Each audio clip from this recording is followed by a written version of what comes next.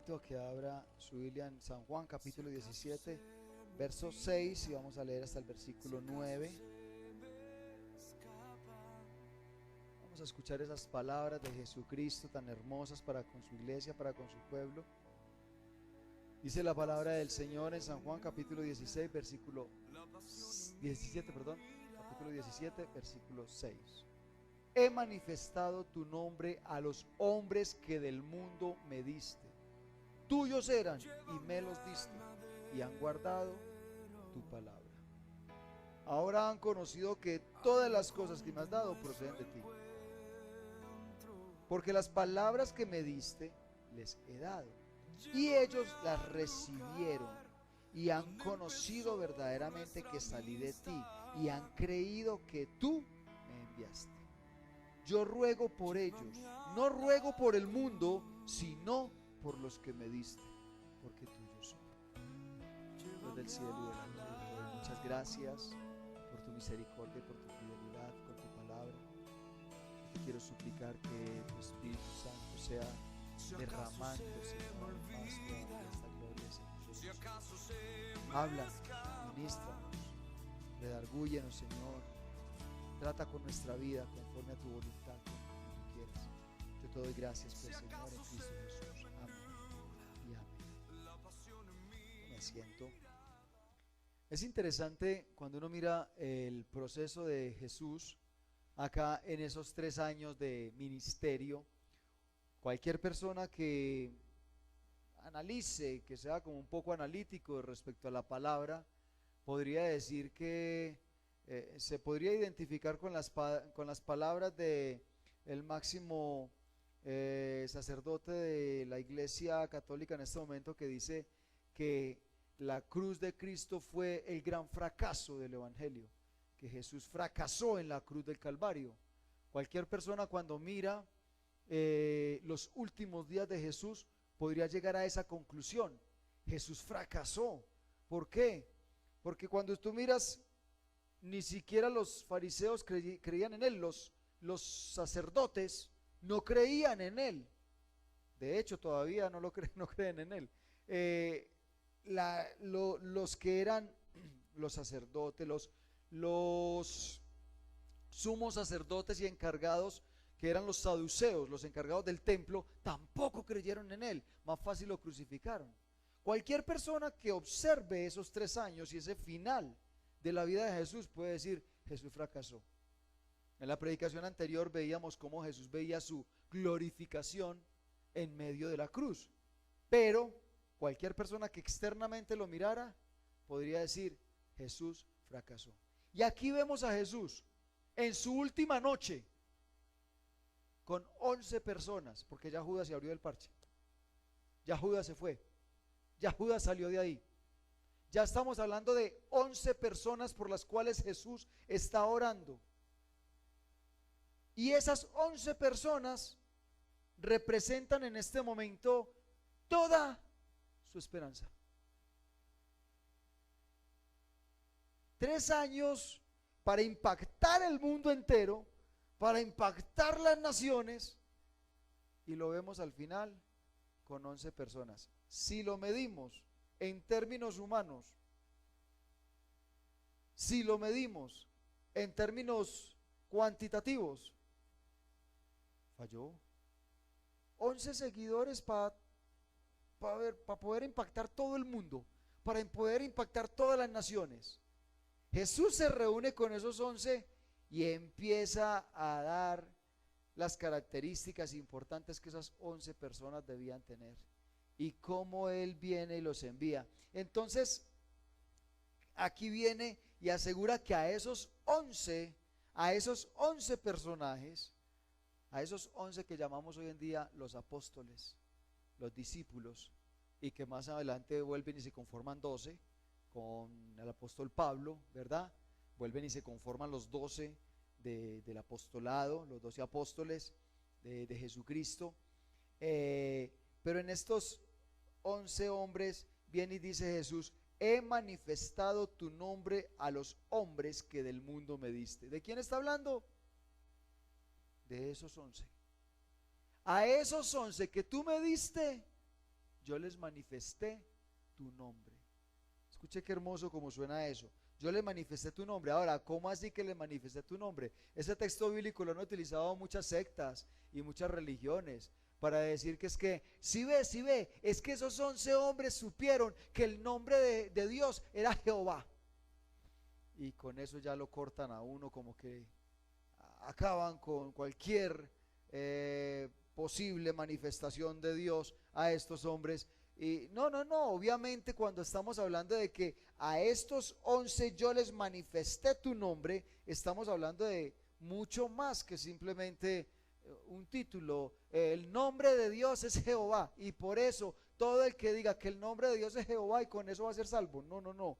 Aquí estamos hablando de, cuando hablamos del nombre, estamos hablando de su carácter, estamos hablando de su ser. De hecho, el Salmo capítulo 9, versículo 10 dice: en ti confiarán los que conocen tu nombre. Para mí, conocer que el nombre de Dios es Jehová no me da ninguna confianza, pues no me cambia mucho en la historia. Pero conocer el nombre de Dios, conocer su carácter, conocer su forma de ser, eso sí me trae paz, eso sí me trae confianza, eso sí me trae seguridad, eso sí me trae una firmeza impresionante, ¿no es cierto? Entonces es obvio que no estamos hablando del nombre Jehová, estamos hablando de Jesús. A unos pocos les reveló el carácter del Padre. Y ya vamos viendo lo especial que pueden tener estos 11 hombres. No son 11 hombres comunes, no son 11 hombres más del montón. Son personas, son 11 hombres empapados y conocedores del carácter del Padre. Entonces eran hombres que podían estar en capacidad de descansar en la presencia de Dios. ¿Usted sabe lo que puede ser un hombre que conoce el nombre de Dios? ¿Usted sabe el efecto que puede tener un cristiano que realmente conozca el nombre, el carácter, la forma de hablar, la forma de expresarse, la forma de actuar de Dios y que lo represente acá? Que sea representante de Dios aquí en la tierra. Usted sabe el efecto que puede hacer. Entonces no estamos hablando de que Jesús simplemente dejó 11 hombres y con eso fracasó. No. Él está diciendo: yo estoy dejando 11 hombres que en primer lugar conocen el nombre del Padre y lo van a transmitir y lo van a enseñar a las naciones. Es que son 11 hombres pero con un mensaje poderoso. Son 11 hombres pero con una enseñanza, con un conocimiento espectacular del nombre del Padre. A estos 11 yo les manifesté. Pero entonces la pregunta que uno se hace es, aquí dice: he manifestado tu nombre a los hombres que del mundo me diste. Y más adelante dice: tuyos eran y me los diste y han guardado tu palabra. ¿Cómo así? Es que no todos los hombres eran de Dios. No todos los hombres le pertenecen a Dios. Uno se pregunta: Señor, ¿por qué no cogiste más hombres? ¿Por qué no tomaste más? ¿Por qué no quisiste coger más y dárselos a Jesús? Jesús está diciendo acá: me diste 11. Y más adelante dice: ninguno se perdió, menos el hijo de perdición, que para eso estaba diseñado, que para eso estaba profetizado ya que el hombre se iba a perder. Pero de resto, y la pregunta que uno se hace es: Dios, ¿por qué no le diste más hombres a Jesús? ¿Por qué no le entregaste más? Y uno quisiera, pero ¿por qué toda mi familia no puede ser salva? ¿Por qué toda mi familia no puede seguir los pasos de Jesús? ¿Por qué no toda mi familia puede conocer el nombre de Jesús, el carácter, la forma de actuar? ¿Por qué no todos pueden llegar a los pies de Cristo? ¿Qué pasa? Y entonces viene y dice que este nombre fue manifestado solamente a los que Dios le dio, que eran suyos. No se los podía dar todos. Entonces, si bien la palabra nos enseña que toda la creación le pertenece a Dios, que todos los hombres son de Él, somos creación de Dios, creados por Dios, ¿verdad? También por ser creados le pertenecemos a Él. Solo le dio a Jesús estos 11, y quiero ir un momento a Romanos capítulo 8. Muchas gracias, don Andrés. Romanos capítulo 8, verso 28 al 30. Y escuche cómo lo expresa Romanos. Romanos capítulo 8, versículo 28. Mire lo que Pablo expresa, lo que Pablo dice respecto a los que son escogidos. Las características de un ser escogido, apartado. Dice, ya sabemos que a los que aman a Dios, todas las cosas le ayudan a bien. Ese versículo nos gusta mucho, ¿no es cierto? Ya sabemos que a los que aman a Dios, todas las cosas les ayudan a bien. Ay, gloria a Dios. Esto es a los que conforme a su propósito son llamados. Primer paso, usted y yo, si estamos acá escuchando la palabra de Dios, posiblemente es que Dios ya tenía un propósito con cada uno de nosotros. ¿Y por qué digo posiblemente? Porque escuchar la palabra la escuchan muchos, pero ya más adelantico vamos a ver qué más características tenían esos 11 hombres, ¿verdad? Entonces, esto es a los que conforme a su propósito son llamados, porque a los que antes conoció también los predestinó para que fuesen hechos conforme, y aquí es donde se empieza a poner maluca la cosa, características de esos 11 hombres, para que sean hechos conforme a la imagen de su Hijo, para que Él sea el primogénito entre muchos hermanos. A los que predestinó, a esos también llamó, y a los que llamó, a esos también justificó, y a los que justificó, a esos también glorificó. Esos 11 hombres que Jesús escogió aquí en el Evangelio de Juan, Pablo está diciendo, ahora se sumaron muchos más, ahora son muchos más, pero son hombres que están en la capacidad de ser transformados. Jesús sabe quién está en capacidad, quién está en condición de dejarse transformar conforme a la imagen de su Hijo. Y ahí es donde uno entiende, Jesús no escogió a los fariseos. No, más duritos que eso no habían. No escogió a los saduceos, eran los sumos sacerdotes del templo. No, esos con tanta plata y con tanto prestigio y con tanto puesto. Era muy difícil que agacharan la cabeza y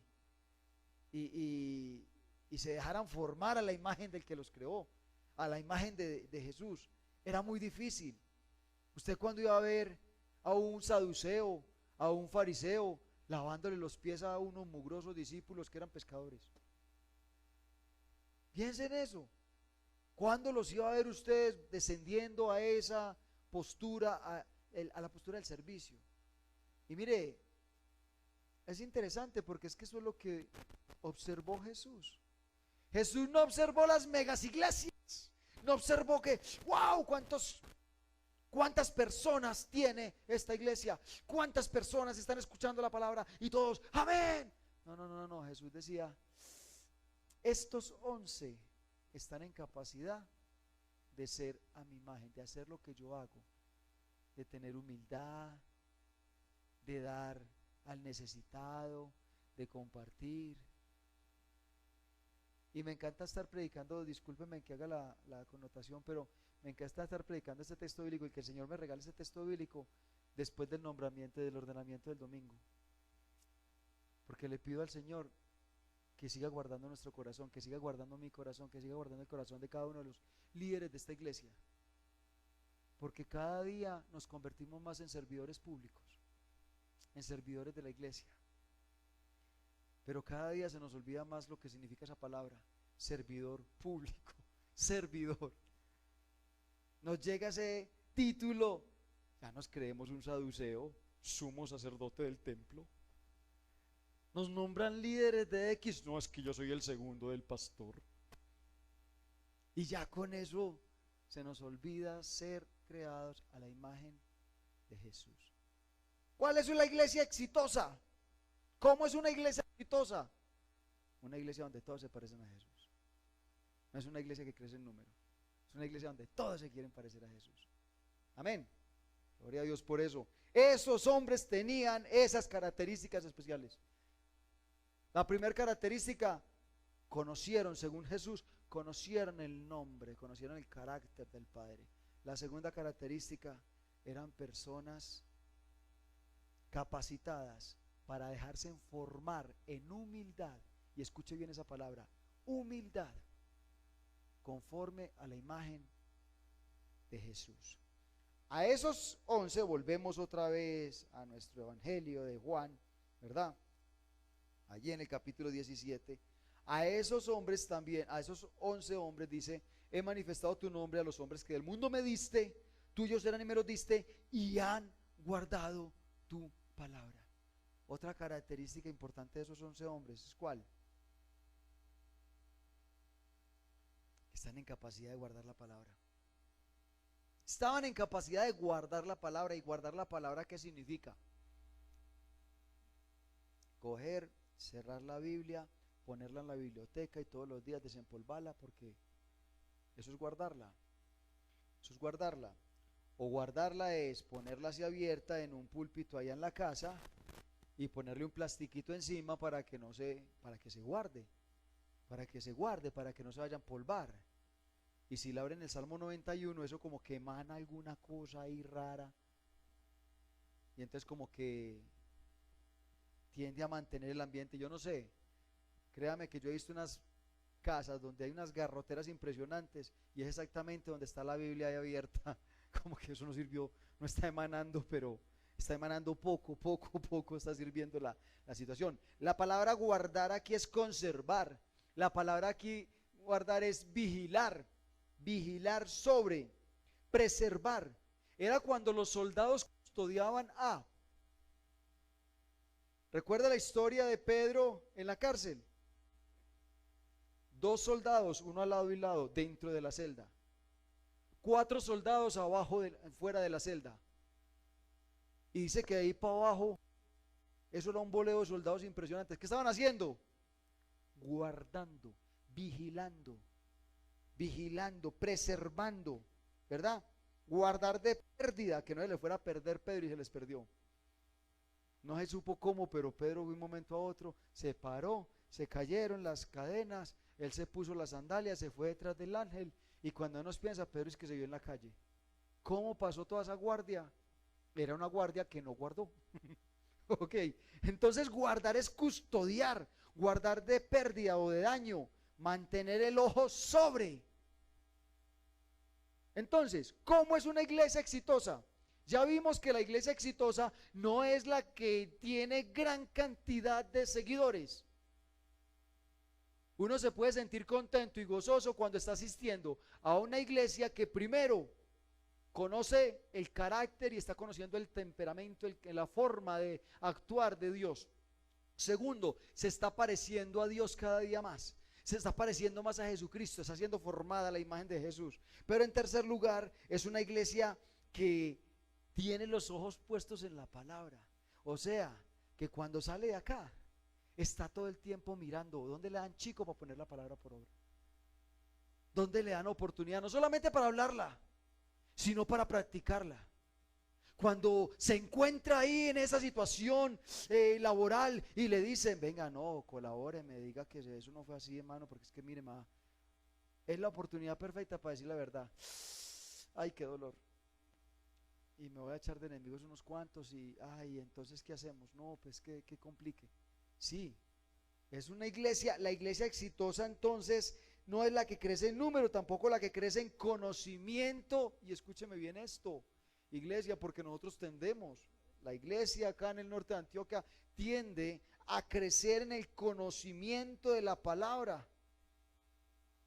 Y una iglesia exitosa no es la que conoce mucha palabra, no es la que conoce mucho texto bíblico, la que profundiza, la que escucha las predicaciones profundas y dice amén, a mí me gusta que me prediquen así, que me peguen de vez en cuando, y qué bueno, eso, hábleme durito. ¿Para qué le habla uno durito?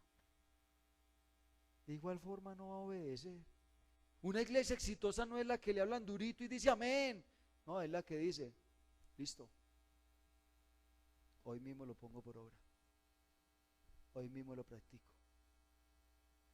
Se acaba de decir y se va a cumplir. El Señor lo acaba de decir y yo voy y lo cumplo. Esos 11 hombres ya estaban en la condición de hacer eso. Entonces Jesús no está fracasando porque dejó 11. antes está siendo victorioso con esos 11. Está siendo glorificado, como él mismo lo dice con esos 11. Él dijo, es que yo prefiero dejar 11 guerreros a dejar 1000 perezosos, a dejar 1000 personas sentadas ahí, simplemente escuchen y escuchen, escuchen, y que no sirven, y que no avanzan, y que no crecen, y que no practican el evangelio. 1000 personas dando mal testimonio. Yo prefiero más bien 11 que estén bien organizaditos, que conozcan al Padre, que se dejen transformar, pero que guarden, vigilen, que rodeen, que cada que le dan chico ponga por obra la palabra, que esté atento a la oportunidad para poner por obra la palabra, para practicarla todo el tiempo, para que, ¿qué dice la palabra respecto a esto? Estoy viviendo esta tentación, ¿qué dice la palabra? Tenga, de una vez la ponemos por obra. ¿Qué más hay que hacer? ¿Y cómo hacemos? No, esto no le gusta a Dios, porque la palabra de Dios dice que no haga esto, entonces no lo hago. Entonces me voy por otro camino, entonces lo hago por este otro lado. ¿Por qué? Porque todo el tiempo estoy vigilante de la palabra, vigilante de no quebrantar la palabra. Ahora, obviamente, pues es muy obvio que al estudiar y practicar la palabra, yo desarrollo en mi vida una revelación del nombre de Cristo. Dice el versículo 7, dice el verso 7, ahora han conocido que todas las cosas que me has dado proceden de ti. Claro, ¿cómo las conocieron? Guardando la palabra. Es que desde el capítulo 15 Jesús le está diciendo a ellos, vosotros ya habéis sido limpios por la palabra que yo os he dado. ¿La palabra de qué se ha encargado? De estarlos podando, de estarlos limpiando, de estarlos purificando y guiando. Es muy obvio que una persona que constantemente está en pro de practicar la palabra, de poner por obra la palabra de Dios, constantemente va a conocer un poco más de Cristo. ¿Por qué la iglesia de Cristo hoy en día, viendo que va a todos los cultos, no se pierde un culto? No conoce a su Señor. Por falta de práctica muchas veces. Y es obvio que cuando yo guardo la palabra, cuando yo la vigilo, cuando yo estoy encima de ella, yo empiezo a conocer a Cristo. ¿Sabe? Yo he conocido a mi proveedor. ¿Cómo? ¿Quién ha conocido aquí a su proveedor? ¿Y cómo lo ha conocido? Guardando la palabra. No preste plata. Así nomás. Y usted dice, Señor, usted no quiere que yo no tenga usted no quiere que yo tenga deudas. Y el Señor viene y le dice, no, no se metan deudas. ¿Y cómo es que nosotros hemos conocido a nuestro proveedor? Guardando la palabra. Así de sencillo. ¿Cómo hemos visto las grandes bendiciones de amistad que hoy en día podemos desarrollar y podemos tener? Algunos cristianos hemos desarrollado unas amistades hermosas, valiosas, divinas. ¿Cómo? Cuando usted se dio cuenta que la palabra dice, perdónelo, perdónelo, ámelo. Y usted empezó a perdonar a esa persona que a usted le caía mal. Usted empezó a perdonar a esa persona que le hacía el mal. Y cuando menos piensa, usted empezó a conocer a Cristo. Empezó a conocer cómo opera Cristo, cómo hace las cosas Cristo, y esa persona que usted odiaba terminó siendo su mejor amigo. Mire, no más esta semana, ayer en la mañana, alguien me preguntaba por mi papá. Alguien me preguntaba por mi papá y, ay, su papá, que como habló de bonito y que eso que él decía, que lo llamó. Y él le decía, mire, yo venía odiando a mi papá en mi corazón. Yo tengo que confesar que yo venía odiando a mi papá en mi corazón y culpando a mi papá de muchas cosas que en el pasado no vale la pena ni recordar. Pero la principal de ellas es que yo decía, mi papá nos abandonó. Y porque mi papá nos abandonó, yo no pude hacer todos los logros, tener todos los logros que yo quería. Y cuando yo conocí el Evangelio, la palabra de Dios me venía a decir, honra a tu padre y a tu madre, pero es que no tenía mamá. Pues, honra a tu padre. Y yo, bueno, sí, yo de vez en cuando lo llamo, lo saludo. Sin embargo, no estaba dispuesto a perdonar.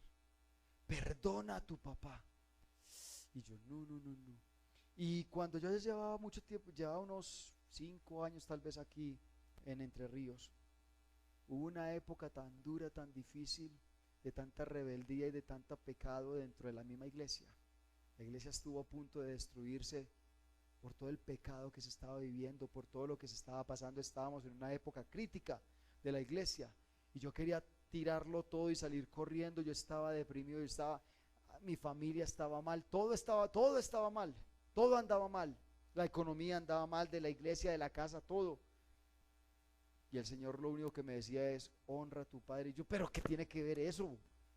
¿Qué tiene que ver eso con lo que estoy viviendo? Yo necesito a alguien, es que uno aquí bien solo. Nosotros nos vinimos para acá, para el norte de Antioquia, y nos vinimos para el norte, y todos los amigos de uno con los que uno puede hablar quedaron en Medellín. ¿Y qué tiene que ver eso? Y el Señor no me decía sino eso. La famosa llamada que mi papá hablaba el día del ordenamiento fue un día que yo salí con un taco impresionante de la casa. Salí con un taco. Y en ese momento me suena el teléfono. Mi papá y yo nos llamábamos, yo lo llamaba a él 2 veces al año. El día del cumpleaños, Navidad. Papá, feliz cumpleaños. Papá, feliz Navidad, y de una vez, feliz año. No me espere el 31, no espere la llamada. Yo llamaba a mi papá 2 veces al año. Él a mí, nunca. Y todos dos éramos creyentes. Y cuando yo vi esa llamada a mi papá, yo, ¿hoy qué día es? No tiene nada que ver, no está cumpliendo año nadie. ¿Qué pasó? Y está lejos diciembre. Se enfermó, le pasó algo. ¿Qué hubo, papá? ¿Qué pasó? No, mijo, es que vi por aquí una llamada perdida suya. Papá, yo que lo haya llamado, ni que fuera su cumpleaños. Y yo, ni que fuera su cumpleaños. No, pues no le he llamado. Sí, mijo, yo vi aquí la llamada suya y entonces le estoy devolviendo la llamada. Papá, yo no te he llamado. Bueno, mijo. Mijo, pero ¿usted cómo está? ¿Usted cómo está? Y esa palabra es como si me hubiera entrado por acá y me hubiera salido por la puntica del dedito ahí al más puntudito, porque eso me puso a temblar todo el cuerpo. Todo el cuerpo me hizo temblar esa pregunta. ¿Usted cómo está? Yo, ¿cómo estoy? Me hizo reflexionar inmediatamente, ¿cómo estoy? Inmediatamente le dije, estoy mal. Estoy mal. Y empecé a contarle cómo estaba y le digo que no sé qué hizo el Espíritu Santo en ese momento, pero fue tan impactante ese cómo está por teléfono. ¿Usted cómo está? Fue tan impactante que yo iba andando por la mitad de la calle. Me tocó orillarme porque los pies no me sostenían. Empezaron a temblar, yo me tiré al piso en plena calle, yo me orillé a una acera y me tiré al piso a llorar y a llorar y a decir a mi papá cómo estaba.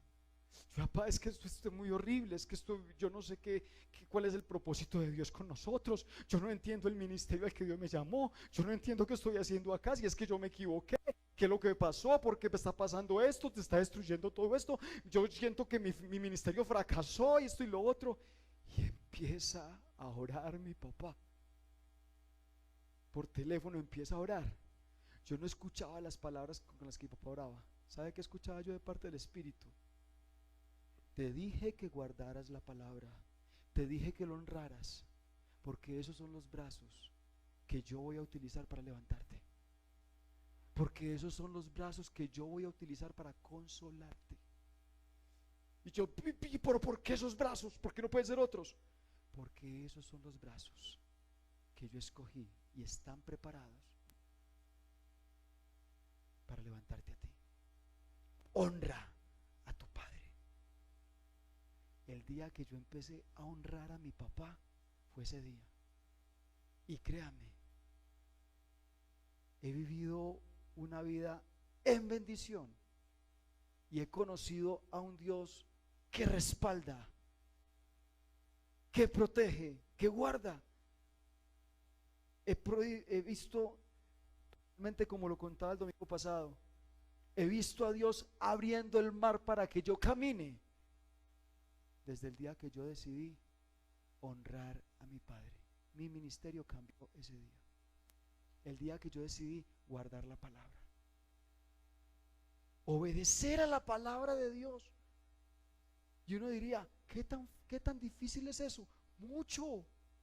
Usted tiene rencores que no quiere dejar. Usted tiene dolores que no quiere arrancar. Y Jesús veía en estos 11 hombres y decía, estos 11 están listos para honrar mi palabra. Estos 11 están listos para que yo les diga, hágalo, y lo van a hacer por encima de su dolor, por encima de su condición, por encima de lo que sea. Estos 11 valen la pena más que 1000 perezosos en una iglesia, más que una mega iglesia diciendo amén. Estos 11 impactan. Estos 11 llegan a las naciones. Estos 11 hacen crecer lo que sea. Él veía en esos 11 personas que estaban dispuestas a dejarse abrazar por Jesús y a decir, haga como quiera. Porque he pasado 3 años con Jesús y ya estaban listos para toda esa transformación. Y por ende, entonces obviamente ellos conocieron a Jesús. Yo conocí al Señor que abre los mares para que nosotros caminemos, para que mi ministerio avance. Yo lo conocí el día que empecé a guardar su palabra. Y dice, ellos me conocieron, ellos ya saben de dónde procedo, y yo desde ese día puedo decir, Jesús es el Señor. Él cambia vidas, Él transforma vidas, Él provee para nuestras necesidades, Él nos sana cuando estamos enfermos, Él cambia y transforma. Mire, Él sanó todas mis adicciones, Él me sacó de toda adicción. Ahí yo entendí, claro, Señor, yo ya sé que usted viene de parte de Dios, yo sé que usted es el Mesías. Y a mí no me vengan a decir en estos últimos tiempos que el Mesías no ha llegado. Yo conozco al Mesías. Yo conozco al Mesías, lo he vivido, lo he experimentado. Y eso debe desarrollar en nosotros una confianza en nuestro caminar, en nuestro futuro. Y en especial en la segunda venida de Cristo. Todo empieza ¿por dónde? Guarde la palabra. No la escuche solamente. No la almacene. No haga colección de Biblias. ¿Para qué? Si no lee ninguna.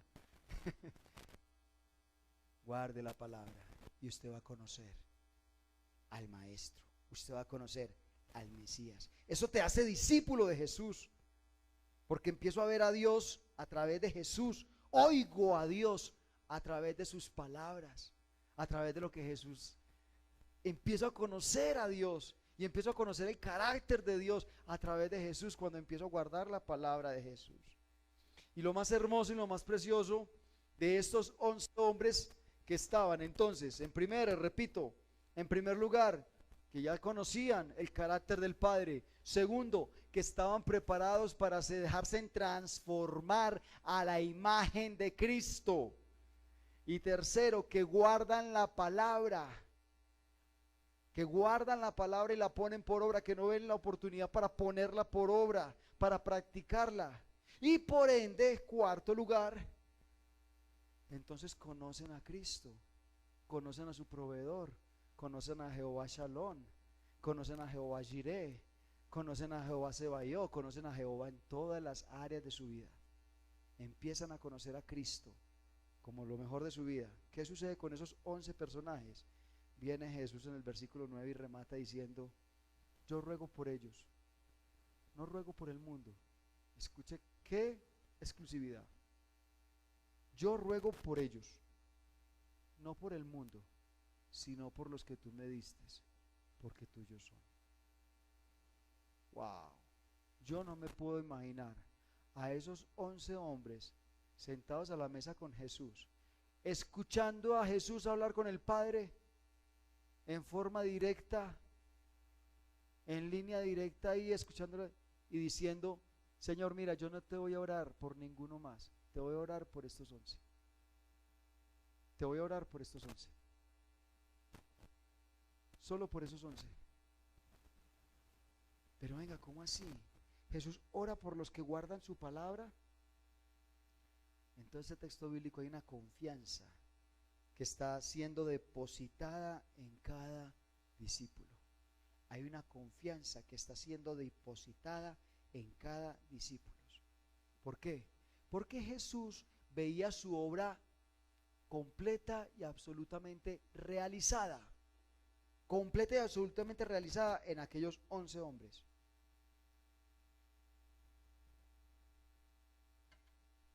Jesús en esos 11 personajes estaba viendo la continuidad de su historia. Estaba viendo la continuidad. Prácticamente Jesús lo que está orando acá es, y lo dice, literal, Padre, yo ya me voy, pero estos 11 quedan. Padre, yo ya me tengo que ir. Pero yo sé que ahí quedó. Ellos van a seguir haciendo lo mismo que yo hacía. Y van a seguir hablando y van a seguir viviendo, practicando lo que yo practicaba. Señor, estos 11 ya son humildes, ya son sensibles, estos 11 ya están preparados para... ¿Van a cometer errores? Pues sí van a meter la pata. Pero siempre van a tener la oportunidad de recapacitar, porque hay humildad. Porque hay humildad y porque van a poder entender que son tuyos. Estos 11 siempre van a volver, estos son los tuyos. Yo me puedo ir tranquilo, está diciendo Jesús. Y por eso yo te oro por ellos. No te voy a orar por las naciones, no te voy a orar por el mundo. Yo te oro por los que van a llevar mi mensaje. Qué responsabilidad y qué confianza tan impresionante la que Jesús tenía en 11 pescadores. En su gran mayoría eran pescadores. ¿Cuánta confianza podría descargar en este momento Jesús en ti? ¿Cuánta confianza podría descargar en este momento si Jesús se presentara acá? Señor, yo voy a orar por los que tú me diste. Hay muchos que ahora le pertenecen a Jesús por la palabra de esos 11. Ahora somos muchos. Romanos 8 lo dice. Hay propósito para muchos de nosotros. Hay propósito. Y por eso nos llamó, nos escogió, nos predestinó, nos redimió, nos glorificó. Todo eso, ¿por qué? Porque estábamos en el propósito. Listo. Pero qué tan confiables podemos ser nosotros. Piensa por un momento si Jesús quisiera orar por los pocos que estamos aquí en esta iglesia o por los que van a ver este video. Si Jesús quisiera orar por ti, podría decir, Señor, yo no te voy a orar por nadie más, yo te voy a orar por este. Este está preparado para seguir mis pasos, para reproducir mi palabra. Este va a guardar mi palabra, Señor, y cuando yo le diga que perdone, va a perdonar. Y cuando yo le diga que agache la cabeza, la va a agachar. Este ya ni soberbio es. Ya es todo blandito, Señor. Ya lo tenemos en el punto que es. Ya este es de los nuestros. Jesús podría orar así por ti. Señor, te oro por este o por esta, porque te oro por tu sierva. Porque, Señor, yo sé que ya conoce tu nombre.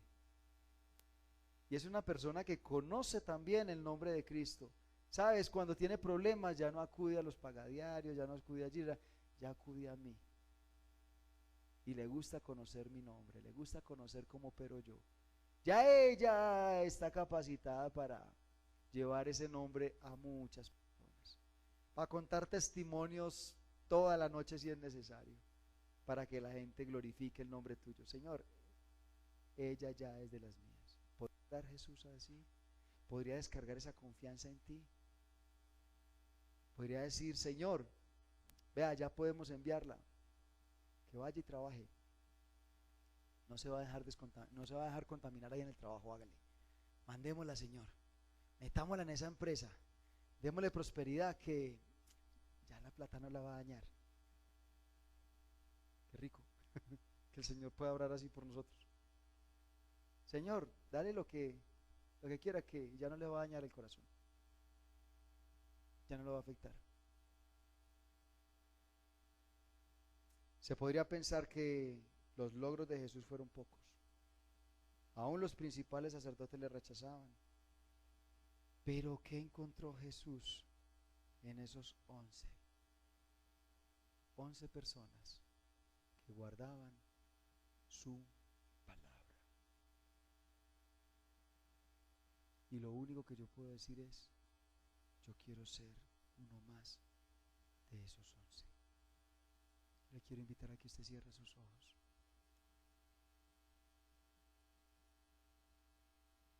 Y antes de empezar a orar abiertamente y grandemente,